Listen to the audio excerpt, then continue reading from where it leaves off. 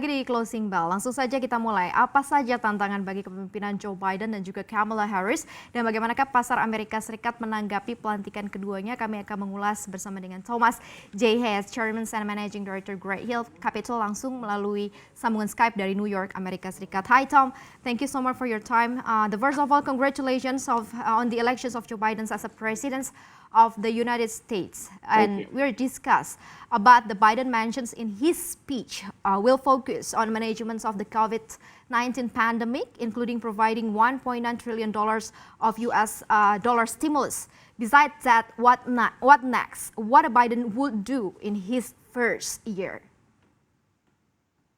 Yes, well, thank you for having me, Maria. It's great to be back. Well, the first thing we saw in the first 24 hours was 15 executive orders were signed. He got rid of any travel bans. He delayed student loan payments and interest payments until September.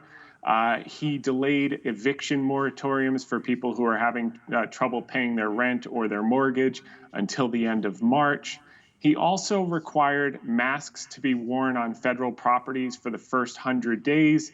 He's committed to putting out 100 million vaccinations by June, and he's asked the country to make a sacrifice and wear masks for the first 100 days till we get the vaccinations really rolling. He's rejoined the World Health Organization, rejoined the Paris Climate Accord, stopped construction on the border wall on the south end of the United States, and canceled the Keystone Pipeline from Canada to the United States. So it's really been a whirlwind in the first 24 hours. He signed a tremendous amount of executive orders, Maria. And as it relates to the stimulus, he's really going big. And the market has liked that. And you've seen it in the last couple of weeks since he announced the package was going to be in the trillions of dollars. The price tag that he put on it was $1.9 trillion. And if you put this in context, Maria, this is really a big package, a big package for sure. Over $1,400 checks will be going out to lower income individuals and their children. So a family of four, if you couple that with the 600 they've already gotten in the recent $900 billion package, that could be as much as $8,000 per family, which is a very, very big package. So it's just the beginning of massive stimulus, Maria. Yeah, which is good for the recovery economy in the United States. But how the investor react in the capital market regarding the inaugurations of Biden's? What kind of the optimisms that investor waiting for? Yeah, well, you've certainly seen it. So the market's been rallying. It was the biggest rally from an election to an inauguration that you've seen in history, I think close to 14%. And the market is saying, listen, you know, we've had monetary policy for many years, and now we've got massive fiscal policy kicking in. If you do the math, the original CARES Act last year was $2.3 trillion. Then we just passed a $900 billion package. 400 was rolled over from the CARES Act that was unspent.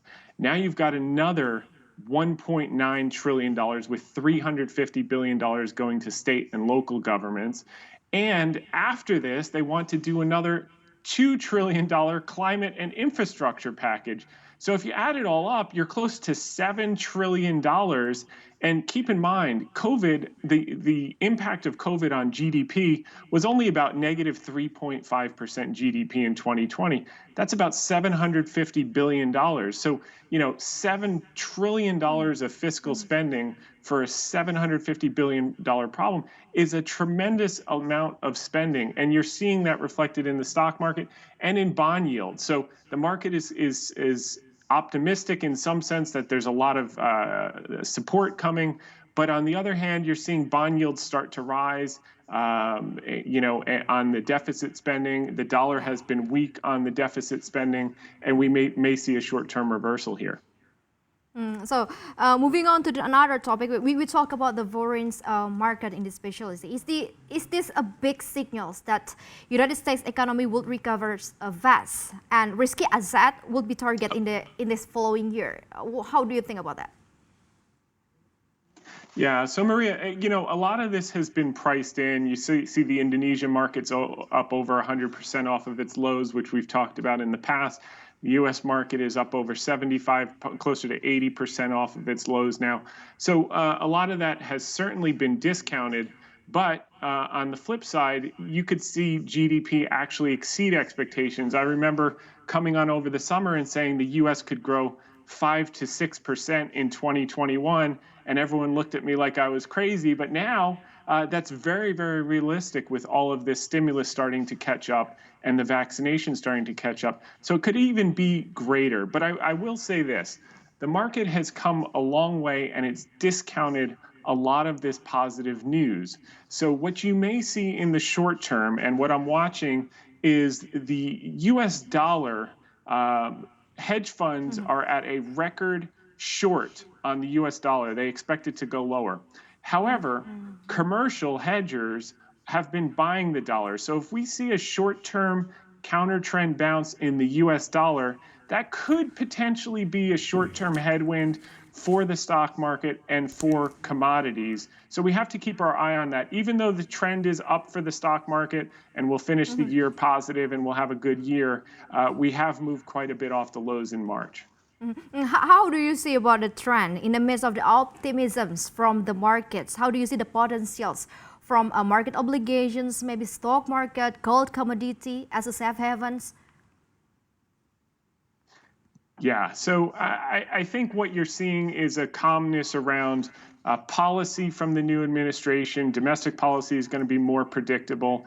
International trade policy, I think, is going to be much more predictable, less volatile, much easier with Asia. So I think that will facilitate global growth. I think that will be a positive thing. And I do see more and more money coming off the sidelines into equities despite the big move. But I think here in coming weeks, we may see a rest. We may need to digest the big gains that we've had in the last few months, anticipating all the stimulus and anticipating all the good news. So I'm just keeping my eye on the US dollar. If that gains strength in the short term, then might be a short-term headwind for commodities, short-term headwind for the stock market. Let it take a breather, let it digest the big gains, and then I think in the back half we can resume the uptrend and move to new highs before year end. Okay, okay. Back to the Biden as a president. How about the policies to be taken? What the elaborations will Biden take from a monetary and fiscal side? So how do you see about that? Yeah, so as I shared with you, first off, he wants to do this $1.9 trillion package. This is going to help state and local governments quite a bit with $350 billion of bailout for their deficits from COVID costs and other costs. And then he has a strong initiative on climate and infrastructure. So after they get this $1.9 trillion package, assuming it gets through the Senate, it might be a little smaller. Then he wants to do another $2 trillion for climate and infrastructure with a goal of zero carbon from the power grid by 2035 to rebuild roads, bridges, and infrastructure, over 500,000 electric vehicle charging stations. Okay. And they also want to do a cash for clunkers type of program where they trade in old cars for new electric vehicles to incentivize people to go to clean energy. Okay, we hear that Biden set to rejoin Paris Climate Accord. So how big the impact to U.S. oil industry? Yeah, so I think this is going to have a bifurcated impact in the sense that the smaller companies are going to have trouble, and they're going to have trouble staying in business. And the bigger companies like the Exxon Mobils and the Chevrons and the ConocoPhillips are going to get bigger and gain more share. So in the short term, the oil industry should actually do very well. That's number one, joining the Paris Climate Accord. But number two, he's going to restrict drilling on U.S. federal lands. So by controlling the supply, it will take out the smaller players. The bigger players will become more profitable and gain share. And I think they're a tremendous opportunity for the next few years to own the large oil producers in the United States. So is that mean, is this the end of the fossil energy era in the United States?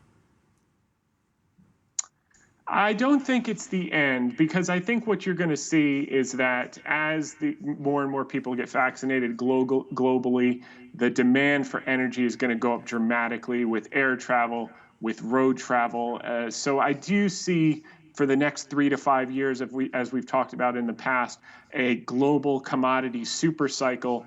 And this may be what actually tips the scale in favor of clean energy and electric vehicles if we see Brent crude start to get into the 70s and 80s once again over the next 3 to 4 years as demand comes back. That will lower switching costs, and people will say, well, I don't want to pay that much at the pump anymore. Maybe it's time to get an electric vehicle.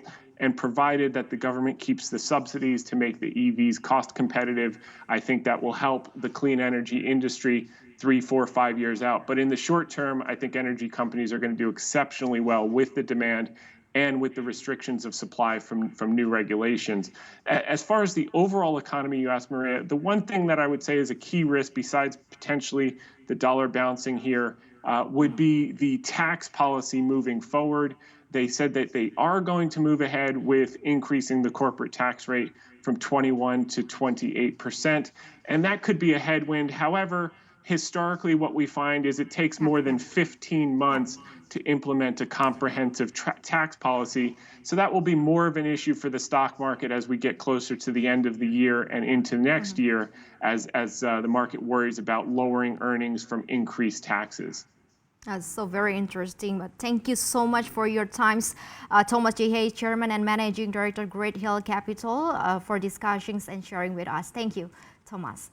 Dan dialog dengan Thomas J. Hayes ini menjadi sekaligus penutup program Closing Bell. Saksikan terus CNBC Indonesia di cnbcindonesia.com, Transvision Channel 805, dan juga Anda bisa menyaksikannya via UCTV di IndiHome. Saya Maria Katarina pamit, terus jaga kesehatan diri Anda dan keluarga, dan terus saksikan CNBC Indonesia Beyond Business. Sampai jumpa.